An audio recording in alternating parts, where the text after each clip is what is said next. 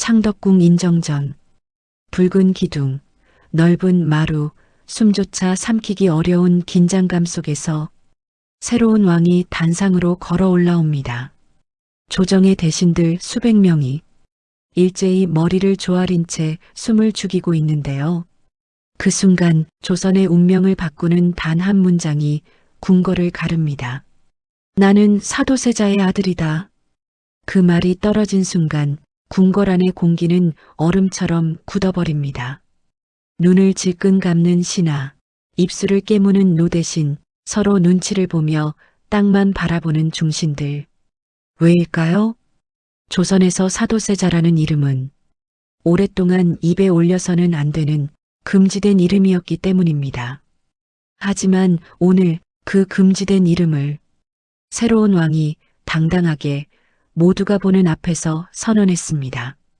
오늘 우리는 이 한 문장에 시작된 정조의 복수, 효심, 그리고 나라를 바꾼 개혁의 이야기를 천천히 따라가 보려고 합니다. 영상 시작하기 전에 이 숨겨진 왕실 이야기들을 계속 듣고 싶으시다면 지금 구독과 좋아요 한번 눌러주세요. 정조가 처음으로 기억하는 아버지의 모습은 웃는 얼굴이 아니었습니다. 부드럽고 따뜻했던 시간이 아주 잠깐 지나고 곧이어 그는 두려움과 눈물, 소문 속에서 아버지를 기억하게 됩니다. 사도세자가 뒤주에 갇혀 죽었다. 궁궐 안에는 낮은 목소리로 속삭이는 이야기들이 돌았습니다. 어린 왕자 이산, 훗날 정조가 되는 그는 이 말을 아직 완전히 이해할 수 없었습니다. 왜 아버지가 죽어야 했을까? 아버지는 정말 죄인이었을까? 하지만 누구도 어린 세자에게 진실을 말해주지 않았습니다. 어머니 해경궁 홍씨는 아들의 앞에서 눈물을 삼켰고 궁궐의 어른들은 이런 얘기는 절대 해서는 안 된다며 입을 막았습니다. 그러나 두 가지 사실만은 어린 이산의 마음속에 불에 새기듯 남게 됩니다. 첫째, 아버지는 비참하게 죽었다는 것. 둘째, 그 죽음 뒤에는 누군가의 음모와 이간질이 있었다는 것. 그날 이후로 이산의 가슴 속에는 말할 수 없는 질문이 자라나기 시작했습니다. 아버지의 죽음에는 누가 있었을까? 그리고 나는 무엇을 해야 할까? 어느 날 영조는 10살 남짓의 어린 손자 이산을 조용히 부릅니다. 이리 오너라. 넓은 정각 안 긴 그림자 사이로 한 아이가 천천히 걸어 들어옵니다. 그 아이가 바로 훗날 정조가 되는 이산입니다. 영조는 잠시 말없이 손자를 바라보다가 뜻밖의 말을 꺼냅니다. 김상로는 내 원수다. 이산은 깜짝 놀랐습니다. 어린 마음에도 그 말이 가벼운 농담이 아니라는 걸 느낄 수 있었죠. 내 아버지의 일에는 많은 사람이 얽혀 있다. 그 중에서도 꼭 기억해야 할 이름이 있다. 영조는 그렇게 손자에게 몇몇 이름을 하나씩 짚어줍니다. 김상로, 문성국, 이사는 그 이름을 조용히 아주 깊이 가슴속에 새깁니다. 그날 이후로 그 이름들은 이산에게 이름이 아닌 표적이 됩니다. 이것은 단지 소년에게 들려준 이야기일까요? 아니었습니다. 영조는 알고 있었습니다. 언젠가는 이 아이가 왕이 될 것이고 자신이 하지 못한 일 혹은 자신이 저지른 일의 뒷수습을 이 아이가 감당해야 한다는 것을. 그래서 영조는 손자의 손에 보이지 않는 칼을 쥐어준 셈이었습니다. 내 아버지의 억울함을 기억하라. 그러나 함부로 휘두르지는 말아라. 어린 이사는 그 말의 무게를 다 이해하지 못했지만 분명히 느꼈습니다. 언젠가 나는 아버지의 죽음과 마주해야 한다. 그리고 그 언젠가는 생각보다 훨씬 빨리 찾아옵니다. 이사는 마침내 조선의 새 왕으로 즉위합니다. 이름 정조. 즉위식이 거행되는 날, 궁궐은 검은 갓과 남색 도포를 입은 신하들로 가득 찹니다. 숨소리조차 조심스러운 공기. 정조는 단상 위로 올라섭니다. 그의 나이 겨우 25. 왕이 된다는 것은 단지 자리에 앉는 것이 아니었습니다. 조선이라는 거대한 배의 키를 잡는 순간이었죠. 그리고 그 중요한 자리에서 그는 모든 대신이 듣는 앞에서 자신의 정체를 이렇게 선언합니다. 나는 사도세자의 아들이다. 이 한 문장은 몇 가지 메시지를 동시에 던졌습니다. 첫째, 아버지를 죄인으로만 두지 않겠다는 선언. 둘째, 아버지의 사건에 연루된 자들에게 보내는 경고. 셋째, 앞으로 자신이 펼칠 정치의 방향을 분명하게 보여주는 신호였습니다. 정조는 이 말 뒤에 직접 이렇게 밝힙니다. 앞으로 생부에 대한 예를 다할 것이며 그 사건에 연루된 자들에 대해서는 응당한 처벌이 있을 것이다. 신하들의 등줄기에 식은땀이 흐릅니다. 이때부터 궁궐 안에 있던 일부 세력은 정조를 이렇게 부르기 시작합니다. 복수심에 사로잡힌 왕. 하지만 정조는 단지 감정에만 휘둘리는 사람이 아니었습니다. 그는 누구보다 냉철한 계산가이자 아주 영리한 전략가였습니다. 정조가 가장 먼저 떠올린 이름, 바로 김상노와 문성국이었습니다. 이 둘은 영조와 사도세자 사이를 오가며 서로를 의심하게 만들고 갈등을 키운 장본인들이었습니다. 정조는 오랜 세월 동안 마음속으로만 갈아왔던 칼을 조심스럽게 그러나 확실하게 꺼냅니다. 그런데 여기서 놀라운 점이 하나 있습니다. 정조는 단 한 명도 사형에 처하지 않습니다. 피를 흘리게 하는 순간 그들도 피해자라는 명분을 얻고 새로운 반발을 낳게 될 것을 정조는 잘 알고 있었습니다. 그래서 정조는 다른 길을 택합니다. 김상노의 아들 김천, 그리고 그 조카들까지 멀리 떨어진 섬으로 유배, 권력의 중심에서 천천히 밀려나게 만드는 방법이었습니다. 문성국에 대한 처벌은 더 가혹했습니다. 정조는 말합니다. 문성국의 흉악함은 살모사와 같다. 1000번 살점을 발라낸다 해도 모자랄 것이다. 실록에는 이와 비슷한 표현이 남아있을 정도로 정조의 분노는 깊었습니다. 정조는 문성국의 관직을 빼앗고 다시는 조정에 나올 수 없도록 막아버립니다. 심지어 그의 가족들까지 양반의 신분을 잃고 노비로 떨어지게 됩니다. 피 한 방울 흘리지 않았지만 이보다 잔인한 몰락이 어디 있을까요? 그러나 이 피 없는 복수는 곧 정조에게 부메랑이 되어 돌아옵니다. 왕이 된 지 얼마나 됐다고 벌써 이렇게 사람들을 몰아내나. 언제 우리에게까지 칼이 들어올지 모른다. 두려움과 불만은 어둠 속에서 천천히 커져만 갔습니다. 어느 날 밤 궁궐 안에서 정조를 노린 암살 시도가 벌어집니다. 칼을 든 자는 붙잡혔지만 정조는 단번에 알아챕니다. 이자가 혼자 했을 리 없다. 조사가 시작되자 놀라운 이름이 튀어나옵니다. 바로 홍상범. 그의 집안은 사도세자 사건에 깊이 관여했던 홍계희와 연결된 가문입니다.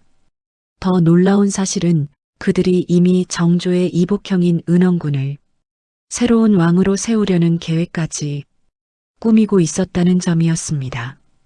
즉 이후에도 정조를 왕으로 인정하지 않는 세력들이 여전히 실존하고 있었던 겁니다. 정조는 결심합니다. 나를 지켜줄 사람과 군사가 필요하다. 그래서 만든 것이 바로 장용령입니다. 장용령은 정조에게 충성하는 군사들로 구성된 일종의 왕실 친위 부대였습니다. 궁궐을 지키는 군대 중에서도 정조와 가장 가까운 곳에 배치되어 왕의 동선에 맞춰 움직였습니다. 정조는 장용령을 통해 자신의 안전을 지키는 동시에 반대파에게 조용히 메시지를 보냅니다. 나는 더 이상 혼자가 아니다. 정조의 또 다른 무기는 칼이 아니라 책이었습니다. 정조는 즉위한 해 창덕궁 안에 특별한 건물을 세웁니다. 규장각, 겉으로는 왕실 도서관, 하지만 실질적으로는 정조의 정책연구소이자 측근 양성 기관이었습니다. 정조는 젊고 유능한 인재들을 뽑아 직접 시험을 내고 책을 읽히고 정책을 토론하게 했습니다. 그중 우리가 가장 잘 아는 인물, 바로 정약용. 정약용은 규장각 검서관으로 발탁되어 정조의 곁에서 새로운 제도와 개혁을 설계합니다.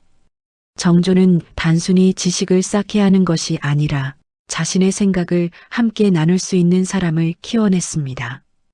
어느 날 정조는 규장각 학사들에게 이렇게 말합니다. 그대들은 나의 눈이며 나의 손이다. 내 생각을 조선 땅까지 전해줄 사람들이다. 가끔은 장난도 섞었습니다. 직접 시험 문제를 내고는 이렇게 말하죠. 틀리면 이곳 연못의 작은 섬에 잠시 유배를 보내겠다. 물론 진짜 유배가 아니라 하루 이틀 반성하는 일종의 벌이었지만 그만큼 정조가 학문과 인재 양성에 얼마나 진심이었는지 보여주는 장면입니다. 규장각과 장용령, 머리와 몸을 동시에 강화한 정조의 정치는 이제 하나의 형태를 갖추기 시작합니다. 1789년 7월 11일 조정 대신들 앞에서 뜻밖의 일이 벌어집니다. 정조가 한 신하의 상소를 읽다가 갑자기 말을 멈추고 조용히 눈물을 흘린 것입니다. 형들의 원을 들으니 가슴이 막혀 숨이 가빠짐을 스스로 금할 수 없다. 정조는 차분히 말합니다. 잠시 계속 말하지 말라. 나의 기운이 조금 내리기를 기다리라. 대신들은 깜짝 놀랐습니다. 대체 어떤 내용이기에 왕이 이토록 감정을 참지 못하는 것일까요? 그 상소에는 이런 내용이 적혀 있었습니다. 사도세자의 무덤 자리가 흉하여 전하께 아직 후사가 없는 것입니다. 나라의 앞날을 위해서라도 무덤 자리를 옮겨야 합니다. 당시 정조는 37세, 아직 왕위를 잇는 아들이 없던 때였습니다. 상소는 이렇게 말하고 있는 셈이었습니다. 전하, 이제는 아버지의 무덤을 더 좋은 자리로 옮기셔야 합니다. 그것이 곧 나라를 위한 길입니다. 모든 것이 너무나 완벽했습니다. 명분, 시기, 이유까지. 그런데 여기에는 어마어마한 반전이 숨어 있습니다. 상소의 내용, 상소를 올린 시기, 심지어 표현 하나하나까지 모두 정조가 미리 계획해둔 각본이었습니다. 정조는 이미 오래전부터 아버지의 무덤을 명당으로 옮기고 싶어 했습니다. 그러나 직접 말하면 반대가 나올 것이 분명했습니다. 아버지를 위해서 라고 말하는 순간 사사로운 효심에 휘둘리는 왕이라는 비난을 받을 수도 있었죠. 그래서 정조는 믿을 수 있는 신하와 미리 상의하고 이런 편지를 주고받습니다. 내일 그대가 상소를 올려라. 나는 눈물을 흘리겠다. 정조는 자신이 올 것까지 계산해 둔 것입니다. 상소가 올라오고 왕이 눈물을 흘리고 대신들이 숙연해지는 장면까지 모든 것이 정조의 연출이었습니다. 그렇다면 사도세자의 무덤은 어디로 옮겨졌을까요? 정조는 여러 후보지를 검토합니다. 여주, 광릉, 용인. 관계자들은 이런저런 곳을 추천하지만 정조는 마음에 들지 않는다며 계속 거절합니다. 그가 최종적으로 선택한 곳은 바로 수원. 풍수지리상, 산과 물의 흐름이 좋고 앞이 탁 트여 있으며 사방으로 기운이 모이는 곳. 정조는 말합니다. 나의 뜻은 이미 수원으로 정했다. 하지만 그곳은 이미 많은 백성이 살고 있는 마을이었습니다. 여기에 왕실의 무덤을 짓겠다고요? 그럼 우린 어디로 가야 합니까? 정조는 억지로 내쫓지 않았습니다. 대신 이렇게 합니다. 지금보다 더 좋은 땅을 주겠다. 더 넓은 농과 밭을 마련해 주겠다. 백성들에게 보상을 해주며 천천히 이주를 도왔습니다.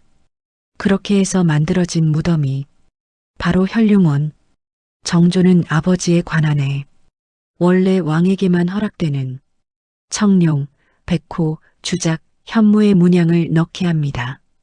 또한 세자의 무덤에는 잘 두지 않던 병풍석과 왕릉에만 세우던 무인석까지 세웁니다.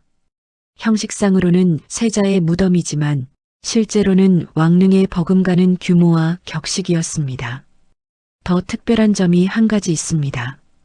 일반적인 왕실 무덤은 제사를 지내는 정자각과 능침이 일직선상에 놓이는 경우가 많은데요. 현룡원은 그 방향이 살짝 틀어져 있습니다. 사도세자가 숨을 거둔 곳, 답답한 뒤주안을 떠올리며 정조는 이렇게 생각했다고 전해집니다. 무덤에서만이라도 앞이 탁 트였으면 좋겠다. 그래서 정자각과 무덤의 방향을 시원하게 틀어 능침 앞에 시야를 활짝 열어둔 것입니다. 아버지의 마지막 잠자리까지 세심하게 신경 쓴 아들의 마음. 그곳에는 단지 효심만 있는 것이 아니라 죄인에서 다시 사람으로 그리고 언젠가 왕으로 끌어올리고 싶었던 정조의 꿈이 담겨 있었습니다. 무덤을 옮기고 난 뒤 정조에게는 놀라운 일이 하나 더 생깁니다. 바로 아들이 태어난 것. 정조는 아버지의 무덤 앞에서 조용히 절하며 이렇게 생각했을지도 모릅니다. 아버지, 이제 조금은 한을 풀 수 있으시겠습니까? 무덤만으로는 부족했습니다. 정조의 효심은 거기서 멈추지 않습니다. 아버지의 무덤을 지키기 위해 새로운 도시를 짓겠다. 1794년 정조는 수원에 성을 쌓기 시작합니다. 이 성이 바로 우리가 잘 아는 수원 화성. 화성은 단순한 방어시설이 아니었습니다. 안에는 시장이 생기고 사람들이 모이고 곡식이 오가는 살아있는 도시였습니다. 정조는 수원을 조선의 제2의 수도로 키우려 했습니다. 언젠가 자신이 늙으면 수원으로 내려가 아버지의 무덤 가까운 곳에서 살고 싶어 했다는 이야기도 전해집니다. 성곽 곳곳에 있는 포루와 치성, 수문, 안문, 장대. 당시에는 최첨단 군사기술까지 동원된 혁신적인 성이었습니다. 화성 건설에는 정약용이 설계한 거중기 같은 새로운 도구도 활용됐습니다. 아버지를 위한 도시이자 백성을 위한 도시. 정조는 효심과 개혁을 한 번에 이루려 했습니다. 아버지를 향한 사랑이 결국 한 도시를 만들고 한 지역의 경제를 살리고 조선 후기의 모습을 바꾸어 놓은 것입니다. 현룡원을 완성하고 수원 화성을 쌓고 왕권을 다지고 측근을 모으고 학문으로 나라를 세우던 정조. 그의 마음속에는 여전히 이루지 못한 마지막 꿈이 남아 있었습니다. 바로 사도세자를 왕으로 추승하는 것. 하지만 문제가 있었죠. 정조는 영조와 약속했습니다. 아버지를 왕으로 올리지는 않겠습니다. 그래서 정조는 또 한 번 머리를 씁니다. 그렇다면 내가 아니라 내 아들이 하게 하면 어떨까? 정조는 이렇게 계획합니다. 아들 순조가 15살이 되는 해에 왕위를 물려준다. 그리고 새 왕이 된 순조가 사도세자를 왕으로 추승하게 한다. 이렇게 되면 정조는 약속을 어기지 않으면서도 결국 아버지를 왕의 자리로 올릴 수 있게 되죠. 정조는 이 계획을 이루기 위해 몸을 아끼지 않고 정치를 계속합니다. 그러나 역사는 때때로 가장 잔인한 타이밍을 골라 찾아옵니다. 1800년 6월 28일 정조는 갑작스러운 병으로 세상을 떠납니다. 올라갈 듯했던 마지막 한 걸음, 사도세자를 왕으로 추승하는 일은 결국 그의 손으로 이루지 못했습니다. 정조의 능은 아버지 사도세자의 무덤 현룡원 바로 옆에 자리 잡습니다. 정조의 인생을 한 문장으로 정리한다면 어떻게 표현할 수 있을까요?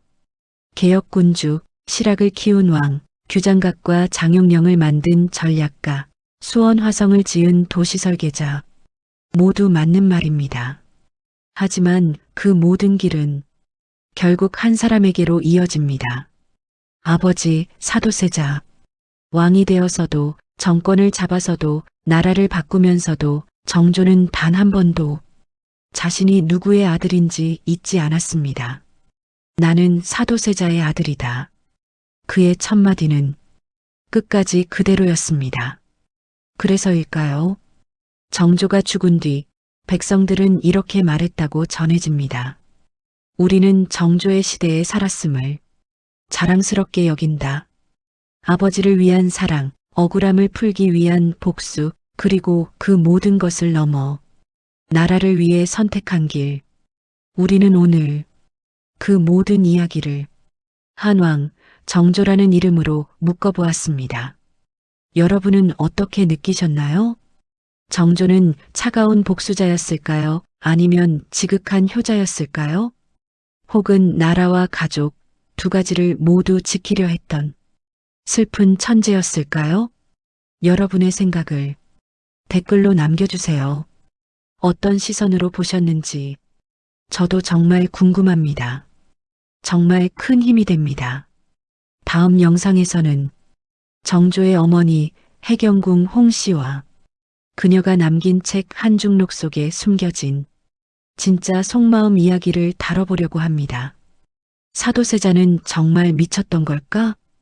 어머니는 아들을 어떻게 기억하고 있었을까?